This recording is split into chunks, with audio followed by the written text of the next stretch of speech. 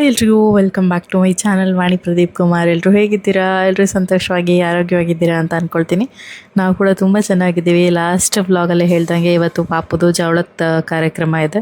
So ಹಂಗಾಗಿ ನಾನು ಅಮ್ಮ ಮನೆಗೆ ಬಂದಿದ್ನಲ್ವ, ಇಲ್ಲಿಂದನೇ ಹೊರಡ್ತಾ ಇದ್ದೀನಿ ಅಲ್ಲಿಗೆ. ಸೊ ತುಂಬ ಸ್ವಲ್ಪ ಗ್ಯಾಪ್ ಆಯಿತು ಅಂತ ಅನಿಸುತ್ತೆ. ಈ ವ್ಲಾಗ್ ಬರೋದು ತಡ ಆಯಿತು. ತುಂಬ ಜನ ಕೇಳ್ತಾ ಇದ್ರಿ, ಎಲ್ಲಿ ವ್ಲಾಗೇ ಬಂದಿಲ್ಲ ನಿಮ್ಮದು ಅಂತ ಹೇಳ್ಬಿಟ್ಟು. ಸೊ ಸ್ವಲ್ಪ ತಡ ಆಯಿತು. ಇನ್ನು ರಾತ್ರಿ ಸಂಜೆ ಹಾಗೆ ಹೇಳಿದರು ನಿನ್ನೆ ನನಗೆ ನನ್ನ ಹಸ್ಬೆಂಡು ಅಲ್ಲಿಂದನೇ ಊರಿಂದನೇ ಬರ್ತಾರೆ. ಹಾಗೆಯೇ ನನ್ನ ಹಸ್ಬೆಂಡ್ ಅವರ ತಮ್ಮನ ಮಗ, ನಮ್ಮ ಪಾಪು ಇದ್ದಾನಲ್ಲ ಚಿಕ್ಕವನು, ಅವನಿಗಿಂತ ಒಂದು ತಿಂಗಳು ದೊಡ್ಡವನು ಪಾಪು, ಅವನದು ಕೂಡ ಇವತ್ತು ಜವಳ ಇದೆ. ಸೊ ಹಂಗಾಗಿ ಇಬ್ಬರದು ಸೇರಿಸಿ ಜವಳ ಮಾಡಿಸೋದು ಅಂತ ಹೇಳಿಬಿಟ್ಟು ಹೊರಡ್ತಾ ಇದ್ದೀವಿ. ಇವಾಗ ನಮ್ಮ ಮನೆ ದೇವ್ರಿಗೆ ಹೊರಡ್ತಾ ಇರೋದು.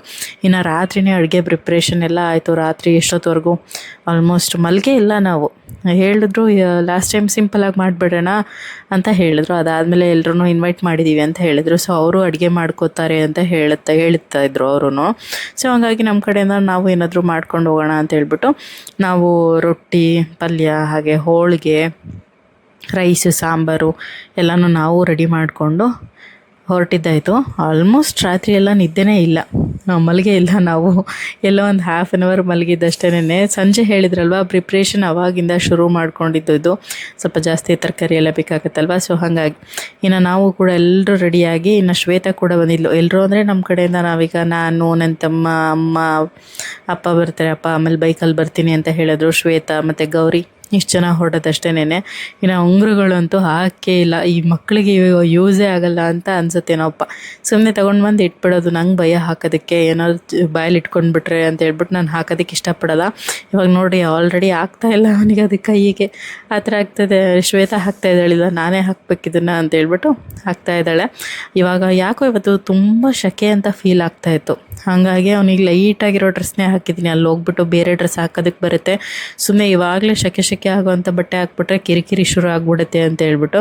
ಇನ್ನು ನೋಡಿ, ಖುಷಿ ಅಂತೂ ನಮ್ಮಮ್ಮ ಅವರ ಗೌರಿ ಅತ್ತೆ ನಡುವೆ ಲಾಕ್ ಆಗಿಬಿಟ್ಟಿದ್ದಾನೆ. ನಮ್ಮಮ್ಮ ಇದ್ದರೆ ಸಾಕು. ಸೊ ನಮ್ಮಮ್ಮನ ಜೊತೆನೇ ಇರೋದು. ಇನ್ನು ಶ್ವೇತಾ ಅಂತೂ ಪಾಪನ ಬಿಡೋಕ್ಕೆ ರೆಡಿ ಇಲ್ಲ. ನಾನು ಎತ್ಕೊತೀನಿ, ಸಿಗೋದೇ ಅಪರೂಪ ಅಂತ ಹೇಳ್ಬಿಟ್ಟು ಅವಳೇ ಕೂರಿಸ್ಕೊಂಡಿದ್ದಾಳೆ. ಆಲ್ಮೋಸ್ಟ್ ನಮ್ಮೂರಿಂದ ನಮ್ಮ ಮನೆ ದೇವ್ರಿಗೆ ಹೋಗೋದಕ್ಕೆ 3 hours ಜರ್ನಿ, 2.5 3 hours ಜರ್ನಿ ಅಂತ ಅನಿಸುತ್ತೆ. ಅಮ್ಮ ರಾತ್ರಿ ಫುಲ್, ನಾವಾದರೂ ಒಂದೊಂದು ಅರ್ಧ ಗಂಟೆ ನಿದ್ದೆ ಮಾಡಿದ್ದೀವಿ. ಅಮ್ಮ ಸ್ವಲ್ಪನೂ ನಿದ್ದೆ ಮಾಡಿಲ್ಲ, ಅಡುಗೆ ಮಾಡೋದ್ರಲ್ಲಿ ಬ್ಯುಸಿ. ಸೊ ಹಂಗಾಗಿ ಇನ್ನು ಖುಷಿಗೆ ಶ್ವೇತಾ ಕೇಳ್ತಾಯಿದ್ಲು, ನಿನಗೆ ನಿಮ್ಮಮ್ಮ ಇಷ್ಟನಾ, ನಿಮ್ಮ ಅಪ್ಪ ಇಷ್ಟನಾ ಅಂತ ಹೇಳ್ಬಿಟ್ಟು ಕೇಳ್ತಾಯಿದ್ಲು. ನೆಕ್ಸ್ಟ್ ಆನ್ಸರ್ ಬರುತ್ತೆ ನೋಡಿ ಏನು ಕೊಡ್ತಾನೆ ಅಂತ. ಅವನಿಗೆ ನಾನು ಇಷ್ಟ ಅಂತೆ, ಅವ್ರ ಪಪ್ಪನೂ ಇಷ್ಟ ಅಂತೆ. ಆ್ಯಕ್ಚುಲಿ ಅವ್ರ ಪಪ್ಪನೇ ಇಷ್ಟಪಡೋದು, ಯಾಕೆಂದರೆ ನಾನು ಮುಂದೆ ಇದ್ದೀನಲ್ವ. ಸೊ ನನ್ನ ಮುಂದೆ ಆ ಥರ ಡೌಗಳು ಮಾಡೋದು, ಅಮ್ಮ ಇಷ್ಟ ಇಲ್ಲ ಅಂದರೆ ಬೈತಾಳೆ ಅಂತ.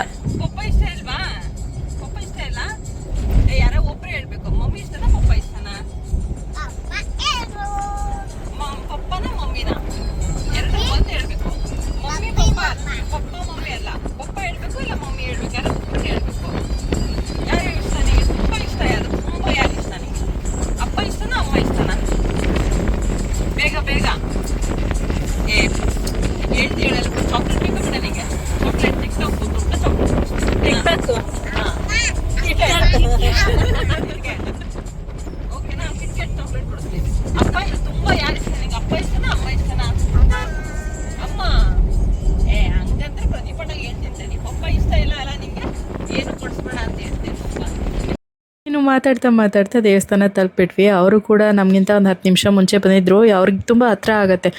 ಜಸ್ಟ್ 1 hour 1.5 hour ಅಲ್ಲೆಲ್ಲ ರೀಚ್ ಆಗಿಬಿಡ್ತಾರೆ. 1 hour ಅಂತ ಅನಿಸುತ್ತೆ. ನಮಗೆ ತುಂಬ ದೂರ ಈ ಉಜ್ಜಿನಿ. ಸೊ ಹಂಗಾಗಿ ಒಂದು 3 hours ತಗೊಂತು ನಮಗೆ. ಸೊ ಕಾರಲ್ಲೇ ಬರಬೇಕಿತ್ತು ಅಂತ ಬಂದಿದ್ದರೆ ಬೇಗ ಬರ್ತಾಯಿದ್ವಿ. ಬಟ್ ಕಾರಲ್ಲಿ ಅದು ಊಟದ್ದೆಲ್ಲ ಲಗೇಜ್ ಎಲ್ಲ ತೊಗೊಂಡ್ಬಿಟ್ಟಿದ್ವಲ್ವ.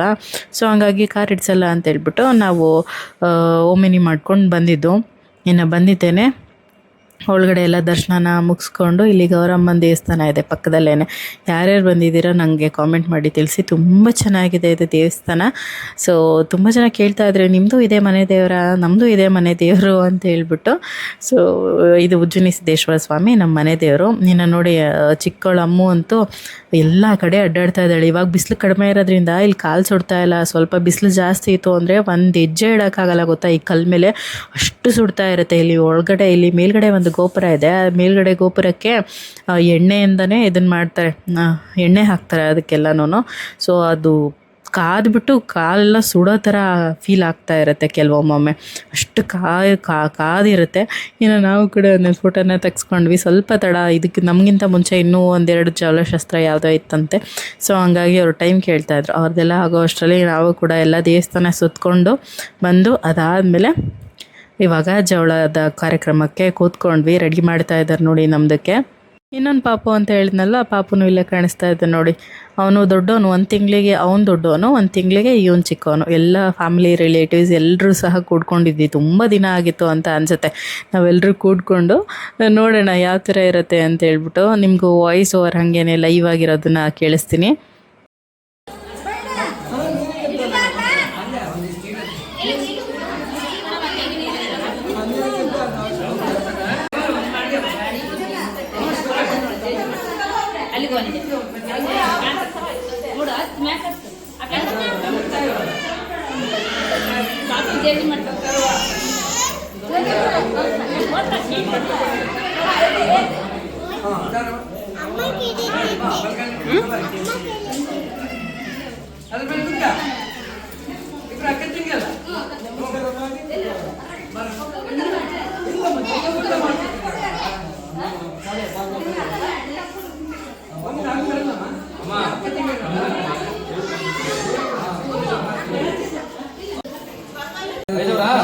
ಕೊಡಿ, 2 ಕೊಡ್ರಿ, 2 ಕೊಡ್ರಿ.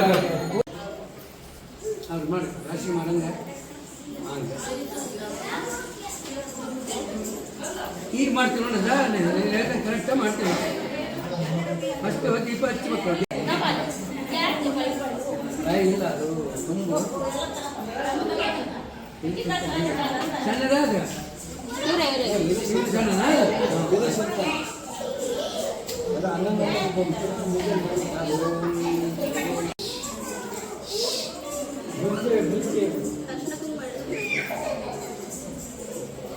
ನಾವು ಈಗ ಹಚ್ಚಲ್ಲ.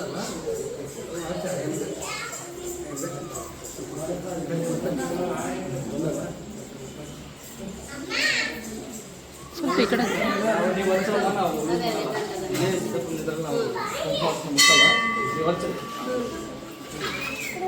ನೀವು ಆಮೇಲೆ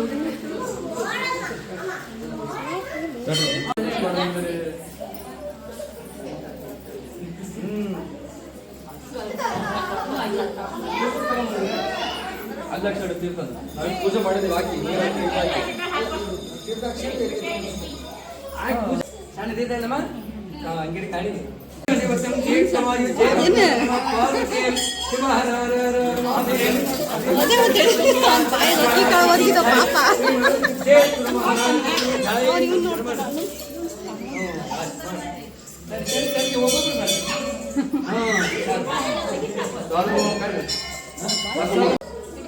ಮಾಡಿ ಹಂಗೆ ಕುತ್ಕೊಬೇಡ್ರಿ. ಅವನ್ನೆಲ್ಲ ಇಟ್ಕೊಂಡೆ ಎಲ್ಲರೂ ಕಟ್ಕೊಂಡ್ರಿ. ನೀವಿಬ್ರು ಅಣ್ಣ ತಮ್ಮ ಸರಿ ಕರೆಕ್ಟು. ಇಬ್ಬರಿಗೂ ಸಾಧ್ರ ಅವ್ರೇನು ಬಂದು ಒಂದೇ ಪಾಪುಗಳಿಗೆ. ನಿಮಗೆಲ್ಲ ಹೇಳಿದ್ದು ನಾನು ತಮರ ವಿಷಯ ಹತ್ತಿರ್ಬೇಕು ಬಿಡ.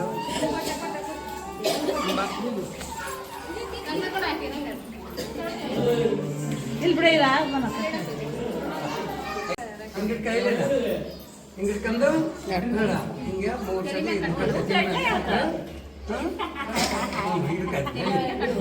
ಎಲ್ಲಿ ಮೇಲೆ ಕಟ್ ಮಾಡಿ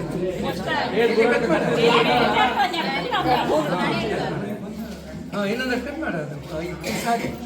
ನೆಲ್ಗಿಡ ಒಂದು 5 ಕೂಸು ಕಟ್ ಮಾಡಿ ಇಲ್ಲಿ ಅಷ್ಟು ಇಟ್ಟ ಹಂಗೆ ಈಗ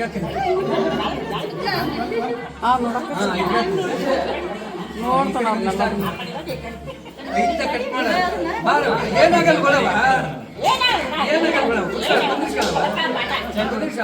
ಇಟ್ಕೊಳ್ಳಿ ಇಷ್ಟು ಈಗ ಅಷ್ಟು ಅಷ್ಟು ಮಾಡಿಬಿಡ್ತಾರೆ. ಅದೇ ನಾನು ಇರ್ತಲ್ಲ ನೀನು ಸ್ಥಿತಿಗೊಂದು ಇಟ್ಟಿರ್ಕ ಬೇಡ ನೀ ಸರ್ಕ ಮಾಡಿಬಿಟ್ಟು ನೀನು ಸರ್ಕ ಕೆಲಸ ಇದ್ರ 1 ರೂಪಾಯಿ ದಕ್ಷಿಣ ಇಟ್ಟ ಹೋಗಿ ಕಟ್ ಮಾಡ ಇದಕ್ಕೆ ದಕ್ಷಿಣ ಇಟ್ಕೊಂಡು 1 ರೂಪಾಯಿನ ಅಡಿಕೆಯಲ್ಲಿ ಇಟ್ಟು ಒಂದು ಅಡಿಕೆಯಲ್ಲಿ ಇಟ್ಟು ದಕ್ಷಿಣ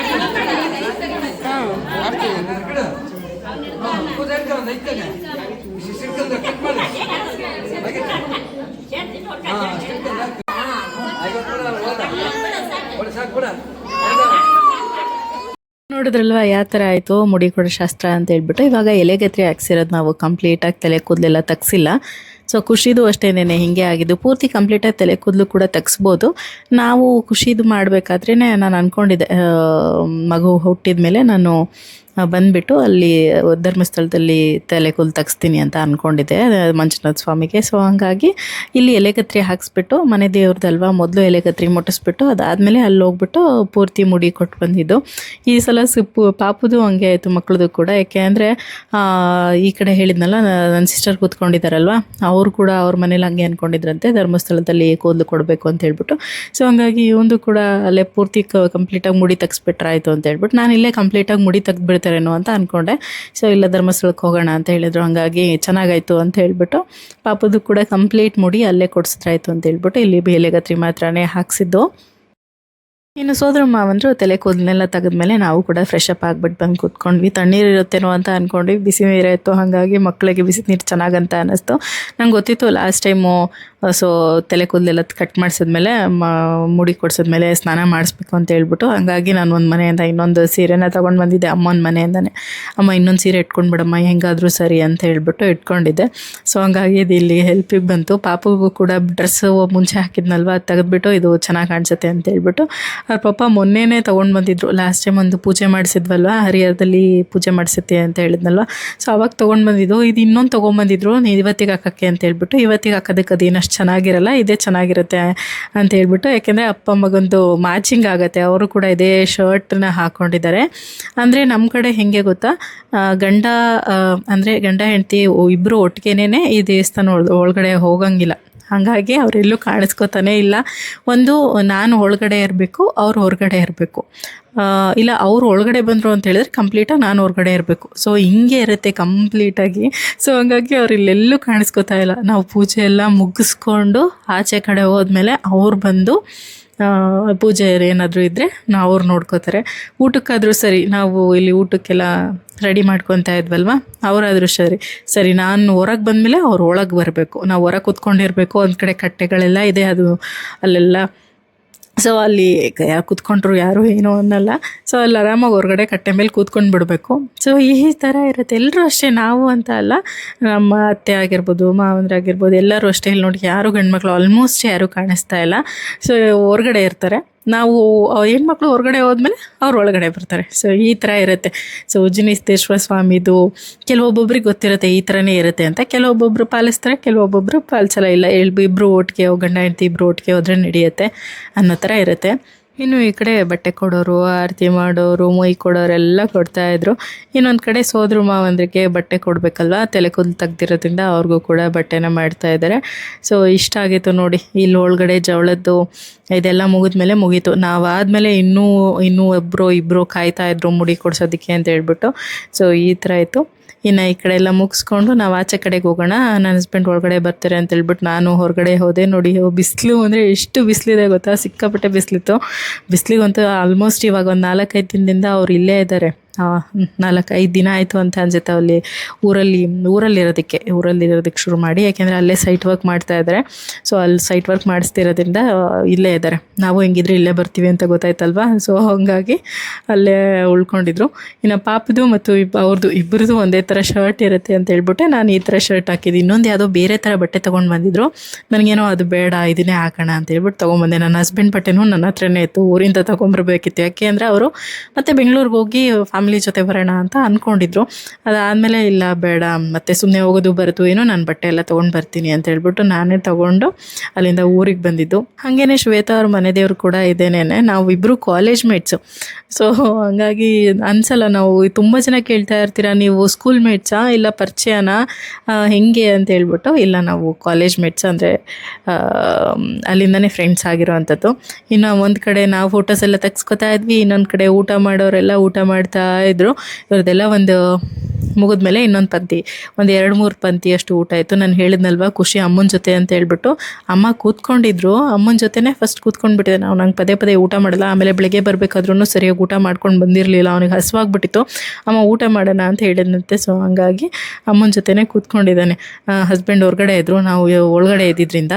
ಹೊರಗಡೆ ಅಂತೂ ತುಂಬ ಬಿಸಿ ಬಿಸಿ ಶೆಕೆ ಅಂತ ಅನ್ನಿಸ್ತಾ ಇರುತ್ತೆ. ಪಕ್ಕದಲ್ಲಿ ಒಂದು ಮಠ ಇದೆ, ಸೊ ಇಲ್ಲಿ ತುಂಬ ತಣ್ಣಗೆ ಗಾಳಿ ಇರುತ್ತೆ, ತುಂಬ ತಣ್ಣಗಂತ ಅನಿಸುತ್ತೆ. ಸೊ ಇಲ್ಲಿ ಒಳಗಡೆ ದೊಡ್ಡ ದೊಡ್ಡ ಕಲ್ಲು ಹಾಕಿರೋದ್ರಿಂದ ತಣ್ಣಗಂತ ಫೀಲ್ ಆಗುತ್ತೆ. ಇಲ್ಲಿ ಕೂತ್ಕೊಂಡಿದ್ವಿ ಬಂದು, ಅಲ್ಲೇ ಪಕ್ಕದಲ್ಲಿ ಕೂಡ ಮಕ್ಕಳಿದ್ರು.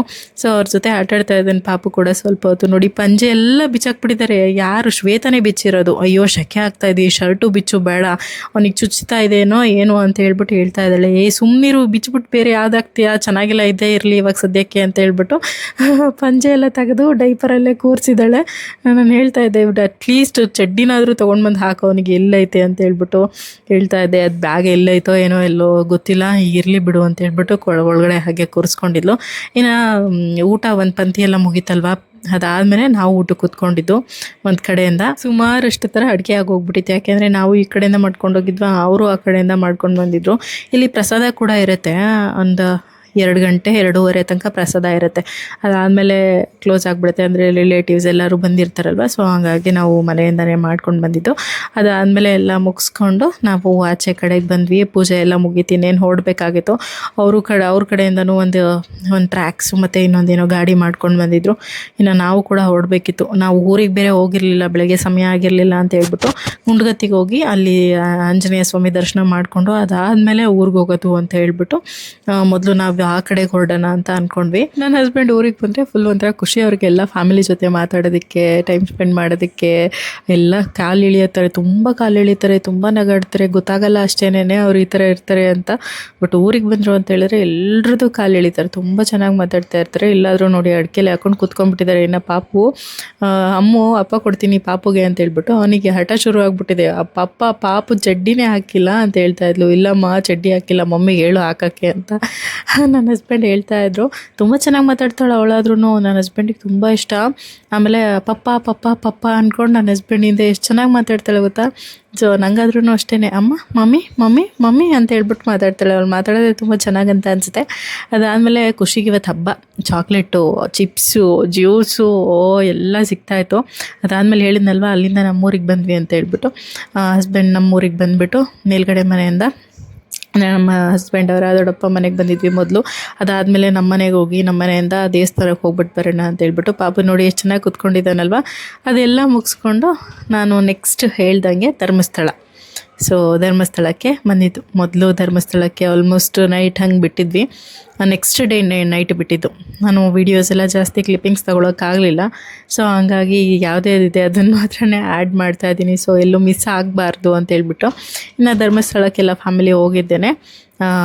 ಮೊದಲು ಮುಡಿ ಕೊಡೋಕ್ಕೆ ಅಂತ ಹೇಳ್ಬಿಟ್ಟು ಕರ್ಕೊಂಡು ಹೋದ್ವಿ. ಅಲ್ಲಿ ಒಳಗಡೆ ಎಲ್ಲ ವೀಡಿಯೋಸ್ ಎಲ್ಲ ತಗೊಳ್ಳೋ ಹಂಗಿರಲಿಲ್ಲ. ನೋಡಿ ಯಾವ ಥರ ಕಾಣಿಸ್ತಾ ಇದ್ದಾನೆ ಅಂತ ಹೇಳ್ಬಿಟ್ಟು ಪಾಪು ಮುಡಿ ಕೊಟ್ಟ ಮೇಲೆ ಇನ್ನು ನಾವೆಲ್ಲರೂ ಫ್ರೆಶ್ ಅಪ್ ಆಗಿಬಿಟ್ಟು ಬಂದು ಇನ್ನು ದೇವಸ್ಥಾನಕ್ಕೆ ಹೊರಡೋ ಅಂಥ ಟೈಮು.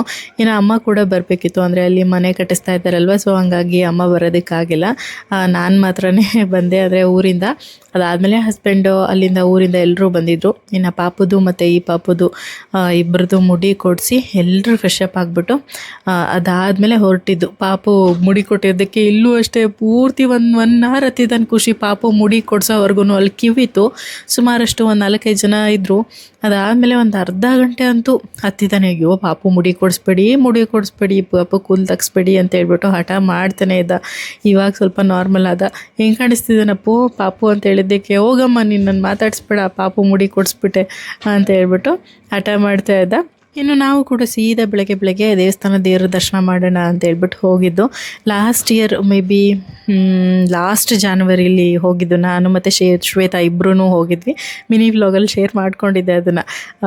ಧರ್ಮಸ್ಥಳಕ್ಕೆ ಅದೇ ಲಾಸ್ಟ್ ಟೈಮ್ ಬಂದಿದ್ದು. ಅದಾದಮೇಲೆ ಪ್ರೆಗ್ನೆನ್ಸಿ ಟೈಮಲ್ಲಿ ನನ್ನ ಹಸ್ಬೆಂಡ್ ಒಂದ್ಸಲ ಹೋದರು. ಸೊ ಅವಾಗ ನನಗೆ ಹೋಗೋದಕ್ಕಾಗಿಲ್ಲ. ನನಗಂತೂ ತುಂಬಾ ಪೀಸ್ಫುಲ್ ಪ್ಲೇಸ್ ಅಂತ ಅನ್ಸುತ್ತೆ. ನಂಗೆ ತುಂಬ ಇಷ್ಟವಾದ ಜಾಗ ಇದು ಕೂಡ ಧರ್ಮಸ್ಥಳ. ನಾವು ಹೋಗಿದ್ದ ದಿವಸ ಸ್ವಲ್ಪ ಕ್ರೌಡ್ ಕೂಡ ತುಂಬ ಕಡಿಮೆ ಇತ್ತು. ಆರಾಮಾಗಿ ಹೋಗಿದ್ದು. ಕೆಲವೊಂದೊಂದು ಸತಿ ಭಾನುವಾರ ಶನಿವಾರ ಯಾವಾಗಾದರೂ ಹೋಗ್ತೀವಿ ಅಂದರೆ ಸಿಕ್ಕಾಪಟ್ಟೆ ರಶ್ ಇರುತ್ತೆ. ನಾವು ಹೋದಾಗ ಭಾನುವಾರ ನಾನು ಮತ್ತು ಶ್ವೇತಾ ಹೋಗಿದ್ವಲ್ವ. ಸೊ ಅವಾಗ ಭಾನುವಾರ ತುಂಬ ಅಂದರೆ ತುಂಬ ರಶ್ ಇತ್ತು. ನಾವು ಸ್ಪೆಷಲ್ ಟಿಕೆಟ್ ತೊಗೊಂಡು ಹೋದ್ರೂ ಕೂಡ ಆಲ್ಮೋಸ್ಟ್ 1 hour 2 hours ನಿಂತ್ಕೊಂಡಿದ್ದೀವಿ. ಅಲ್ಲೇನೇನೆ ಬೆಳಗ್ಗೆ 10 ಗಂಟೆಗೆ ನಿಂತ್ಕೊಂಡಿರೋರು 12:30 1 ಗಂಟೆಗೆ ದರ್ಶನ ಆಗಿದ್ದು. ಬಟ್ ಈ ಸಲ ಹಂಗಿಲ್ಲ, ತುಂಬ ಬೇಗ ನಾವು ಹೋಗಿದ್ದು ಗುರುವಾರ ಹೋಗೋದ್ರಿಂದ ತುಂಬ ಫ್ರೀಯಾಗಿ ಕೂಡ ಇತ್ತು, ಜನಗಳು ಸ್ವಲ್ಪ ಕಡಿಮೆ ಇದ್ದರು. ಏಕಾದಶಿ ಕೂಡ ಇವತ್ತು. ತುಂಬ ಆರಾಮಾಗಿ ದರ್ಶನ ಎಲ್ಲ ಮುಗಿಸ್ಕೊಂಡು ನಾವು ಹೊರಗಡೆ ಬಂದು ಫ್ಯಾಮಿಲಿ ಎಲ್ಲ ಫೋಟೋ ತೊಗೊಂಡ್ವಿ, ನೆನಪಿಗಿರುತ್ತಲ್ವ. ಅದಾದಮೇಲೆ ಮಳೆ ಅಂತೂ ಸಿಕ್ಕಾಪಟ್ಟೆ ಬರೋದಕ್ಕೆ ಶುರು ಆಯಿತು. ಅದಾದಮೇಲೆ ತಿಂಡಿಗಾದರೂ ಮಾಡ್ಕೊಂಡು ಬಿಡೋಣ, ತಿಂಡಿ ಮಾಡಿರಲಿಲ್ಲ. ಇವತ್ತು ಹೆಂಗಿದ್ರು ಧರ್ಮಸ್ಥಳದಲ್ಲಿ ಊಟ ಇರಲ್ಲ, ಅಂದರೆ ಏಕಾದಶಿ ದಿವಸ ಊಟದ ವ್ಯವಸ್ಥೆ ಇರಲ್ಲ ಪ್ರಸಾದದ್ದು. ಸೊ ಹಂಗಾಗಿ ಹೋಟೆಲ್ಗೆ ಬಂದು ನಾವು ಹೋಟೆಲಲ್ಲಿ ಉಳ್ಕೊಂಡಿದ್ವಲ್ಲ, ಪಕ್ಕದಲ್ಲೇ ಹೋಟೆಲ್ ಇತ್ತು, ಅಲ್ಲಿ ಬಂದು ಎಲ್ಲ ಊಟ ಮುಗಿಸ್ಕೊತಾ ಇದ್ದೀವಿ. ಪಾಪು ಅಂತೂ ನಾನು ತಿನ್ನಬೇಕು ಅಂತ ಹೇಳ್ಬಿಟ್ಟು ಕೈ ಹಾಕೋವಂಥದ್ದು. ಖುಷಿ ದೋಸೆ ಬೇಕು ಅಂತ ಹೇಳ್ದ. ಅದಾದಮೇಲೆ ಪಲಾವ್ ಬಂದಿತ್ತು ನೋಡಿ, ಅಮ್ಮ ನಾನು ಪಲಾವ್ ತಿಂತೀನಿ ಅಂತ ಹೇಳ್ಬಿಟ್ಟು ಅವ್ನು ಪಲಾವ್ ತಿನ್ನೋದಕ್ಕೆ ಶುರು ಮಾಡ್ಕೊಂಡ. ಇನ್ನು ನೋಡಿ ಪಾಪು ಕೈ ಹಾಕ್ತಿದ್ದೆ, ನಾನು ತಿನ್ನಬೇಕು ಅಂತ ಹೇಳ್ಬಿಟ್ಟು ಅವನಿಗೆ ಮಾಲ್ಟ್ ಪೌಡರ್ ಎಲ್ಲ ತೊಗೊಂಡು ಹೋಗಿರಲಿಲ್ಲ ನಾನು. ಹೆಂಗಿದ್ರು ಒಂದು ದಿವಸ ನಡೆಯುತ್ತೆ ಅಂತ ಹೇಳ್ಬಿಟ್ಟು ಅಲ್ಲಿ ಕೇಸರಿ ಬಾತು ಮತ್ತು ಸಪ್ಪೆ ಉಪ್ಪಿಟ್ಟಿತ್ತು. ಕೇಳಿದ್ದೆ ನಾನು, ಉಪ್ಪಿಟ್ಟು ಏನಾದರೂ ಸಪ್ಪೆ ಇರೋದು ಕೊಡಿ ಅಂತ ಹೇಳ್ಬಿಟ್ಟು. ಸಪ್ಪೆ ಇತ್ತು ಉಪ್ಪಿಟ್ಟು. ಸೊ ಅದನ್ನು ಸ್ವಲ್ಪ ಕೇಸರಿ ಬಾತ್ ಸ್ವಲ್ಪ, ಉಪ್ಪಿಟ್ಟು ಸ್ವಲ್ಪ ತಿನ್ಕೊಂಡೆ. ಅದನ್ನೇ ಖುಷಿಗಂತೂ ಖುಷಿ. ಯಾಕೆಂದರೆ ಅವ್ರ ಅಣ್ಣಂದ್ರಿದಾರಲ್ವ, ಅವ್ರ ಜೊತೆ ಆಟ ಆಡೋದು ತುಂಬ ಇಷ್ಟ ಅವನಿಗೆ. ಫುಲ್ ಎಲ್ಲ ಆಟಾಡ್ತಾ ಇದ್ದಾನೆ. ಅದಾದಮೇಲೆ ನಾವು ಧರ್ಮಸ್ಥಳದಿಂದ ಮುಂದೆ ಹೋಗಬೇಕು ಅಂತ ಹೇಳ್ಬಿಟ್ಟು ಹೋಟೆಲಿಂದ ಚೆಕ್ಔಟ್ ಆದ್ವಿ. ಖುಷಿಗೆ ಅಂತ ಹೇಳ್ಬಿಟ್ಟು ಬೇರೆ ಬ್ಯಾಗ್ ಮಾಡಿರೋದು ಖುಷಿದು ಮತ್ತು ಅವನದು ಪಾಪುದು ಇಬ್ಬರದು ಒಂದೇ ಕಡೆ ಬಟ್ಟೆ ಇಟ್ಕೊಂಡ್ಬಿಟ್ಟಿದ್ದೀನಿ. ಆ ದೊಡ್ಡ ಬ್ಯಾಗನ್ನು ಮುಟ್ಟೋದಕ್ಕೆ ಹೋಗಿಲ್ಲ ನಾವು. ಇಲ್ಲಿಂದ ಇದು ಮುಗಿಸ್ಕೊಂಡಿದ್ದೆ ನಾವು ಬೆಂಗಳೂರು ಹೋಗಬೇಕು ಅಂತ ಹೇಳ್ಬಿಟ್ಟು. ಸೊ ಹಂಗಾಗಿ ನಾನು ಊರಿಂದ ಲಗೇಜ್ನು ಕೂಡ ತೊಗೊಂಡು ಬಂದುಬಿಟ್ಟೆ. ಸೊ ಹಂಗಾಗಿ ಇದು ಒಂದು ದೊಡ್ಡ ಬ್ಯಾಗ್ ಇದೆ. ಲಾಸ್ಟ್ ಟೈಮ್ ನಾನು ತೊಗೊಂಡು ಬಂದಿದ್ದಲ್ಲ, ಊರಿಂದ ತೊಗೊಂಬರ್ಬೇಕಾದ್ರೂ ಇದು ಒಂದೇ ಬ್ಯಾಗು, ತೊಗೊಂಡೋಗ್ಬೇಕಾದ್ರೂ ಇದು ಒಂದೇ ಬ್ಯಾಗು. ಇಲ್ಲಿಂದ ಹಾಗೇ ದಾವಣಗೆರೆ ಹೋಗಿ ಅಲ್ಲಿಂದ ಹಾಗೆ ನಾವು ಬೆಂಗಳೂರಿಗೆ ರೀಚ್ ಆಗಬೇಕು. ಇಲ್ಲಿಂದ ಇವಾಗ ಧರ್ಮಸ್ಥಳದಿಂದ ನಾವು ಹೊರಟ್ಬಿಟ್ಟು ಸೌದಡ್ಕಾಗಿ ಹೋಗ್ತಾ ಇದ್ವಿ. ಅಲ್ಲಿ ಗಂಟೆ ಗಣೇಶ ದೇವಸ್ಥಾನ ಇದೆ, ತುಂಬ ಚೆನ್ನಾಗಿದೆ. ನೀವು ಧರ್ಮಸ್ಥಳಕ್ಕೆ ಬಂದರೆ ವಿಸಿಟ್ ಮಾಡ್ತಾರೆ ಎಲ್ಲರೂ ಕೂಡ. ಹೋದ್ರೆ ಗೊತ್ತಿಲ್ಲದೆ ಇರೋರು ಅಲ್ಲೊಂದ್ಸಲ ಹೋಗ್ಬಿಟ್ಟು ಬನ್ನಿ, ತುಂಬ ಚೆನ್ನಾಗಿದೆ ದೇವಸ್ಥಾನ. ಇಲ್ಲಿ ಸುತ್ತಮುತ್ತಲು ತುಂಬ ಚೆನ್ನಾಗಿರೋವಂಥ ದೇವಸ್ಥಾನಗಳಿಗಂತೂ ಸಿಗುತ್ತೆ. ನಾವು ಈ ಥರ ಒಂದು ಟಿಟಿನೇ ಮಾಡ್ಕೊಂಡು ಬಂದಿದ್ವಿ. ಇನ್ನೊಂದು ಪಾಪು ನೋಡಿ ಏನೋ ಕೊಟ್ಬಿಟ್ಟಿದ್ದಾರೆ ಬಿಸ್ಕೆಟು, ಅವ್ರ ಜೊತೆ ಸುಮ್ಮನೆ ಆರಾಮಾಗಿ ಕುತ್ಕೊಂಡು ಆಟ ಆಡ್ತಾ ಇದ್ದಾನೆ. ಮುಂಚೆ ಆಗಿದ್ದಿದ್ರೆ ಹಠ ಮಾಡ್ತಾ ಇದ್ದ. ಇವಾಗೆಲ್ಲ ತುಂಬ ಚೆನ್ನಾಗಿ ಎಲ್ಲರ ಜೊತೆ ಹೊಂದ್ಕೋತಾನೆ, ಆಟ ಆಡ್ತಾನೆ. ಸೊ ಈ ಥರ ಇರುತ್ತೆ.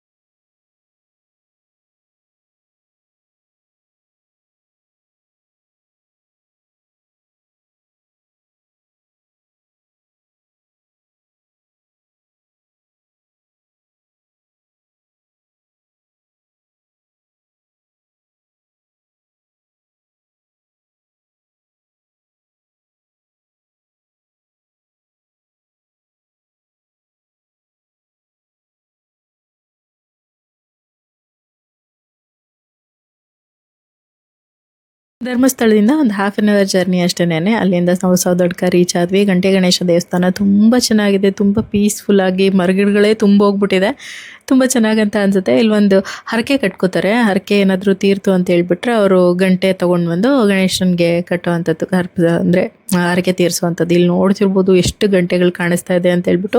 ತುಂಬ ಗಂಟೆ ಕಟ್ಟಿರ್ತಾರೆ. ನಾವು ಲಾಸ್ಟ್ ಟೈಮ್ ನಾನು ಮತ್ತು ಶ್ವೇತಾ ಬಂದಾಗ್ಲೂ ಅಷ್ಟೇ ತುಂಬ ಜಾಸ್ತಿ ಗಂಟೆ ಇದ್ವು. ತೆಗೆದುಬಿಟ್ಟಿದ್ದಾರೆ ಮತ್ತು ತೆಗಿತಾರೆ ಅಂತ ಅನಿಸುತ್ತೆ ಆವಾಗ. ಇವಾಗ ಸ್ವಲ್ಪ ಇದ್ವು. ಸೊ ತುಂಬ ಅಂದರೆ ಒಂದಕ್ಕೊಂದು ಗ್ಯಾಪೇ ಇರಲ್ಲ, ಅಷ್ಟು ಕಟ್ಟಿರ್ತಾರೆ. ಈ ಥರ ಇರುತ್ತೆ. ಅಲ್ಲಿ ಅವಲಕ್ಕಿ ಕೊಡ್ತಾರೆ ಪ್ರಸಾದಕ್ಕೆ ಅಂತ ಹೇಳ್ಬಿಟ್ಟು, ತುಂಬ ಚೆನ್ನಾಗಿರುತ್ತೆ. ನಾನು ತೊಗೊಂಡು ಬಂದು ಆಲ್ಮೋಸ್ಟ್ ಒಂದು ವೀಕ್ ಇಟ್ಕೊಂಡು ಮನೇಲಿ ತಿಂತೀವಿ. ನಮ್ಗೆ ಅದೇ ಥರ ಸಿಹಿ ಅವಲಕ್ಕಿ ಮಾಡ್ತಾರೆ, ತುಂಬ ಟೇಸ್ಟಿಯಾಗಿ ತುಂಬ ಚೆನ್ನಾಗಿರುತ್ತೆ. ಪಾಪುಗೆ ನಿದ್ದೆ ಅಂದರೆ ನಿದ್ದೆ ಅವನಿಗೆ. ಸೊ ಎಲ್ಲರೂ ಅಷ್ಟೇ ಮಕ್ಕಳೆಲ್ಲ ಮಲ್ಕೊಂಡ್ಬಿಟ್ಟಿದ್ದಾರೆ ನೋಡಿ, ತಣ್ಣ ಗಾಳಿ ಬೀಸ್ತಿರೋದಕ್ಕೂ ಅದಕ್ಕೂ ಅವ್ರಿಗೆ ಚೆನ್ನಾಗಿ ನಿದ್ದೆ ಬರ್ತಾ ಇದೆ.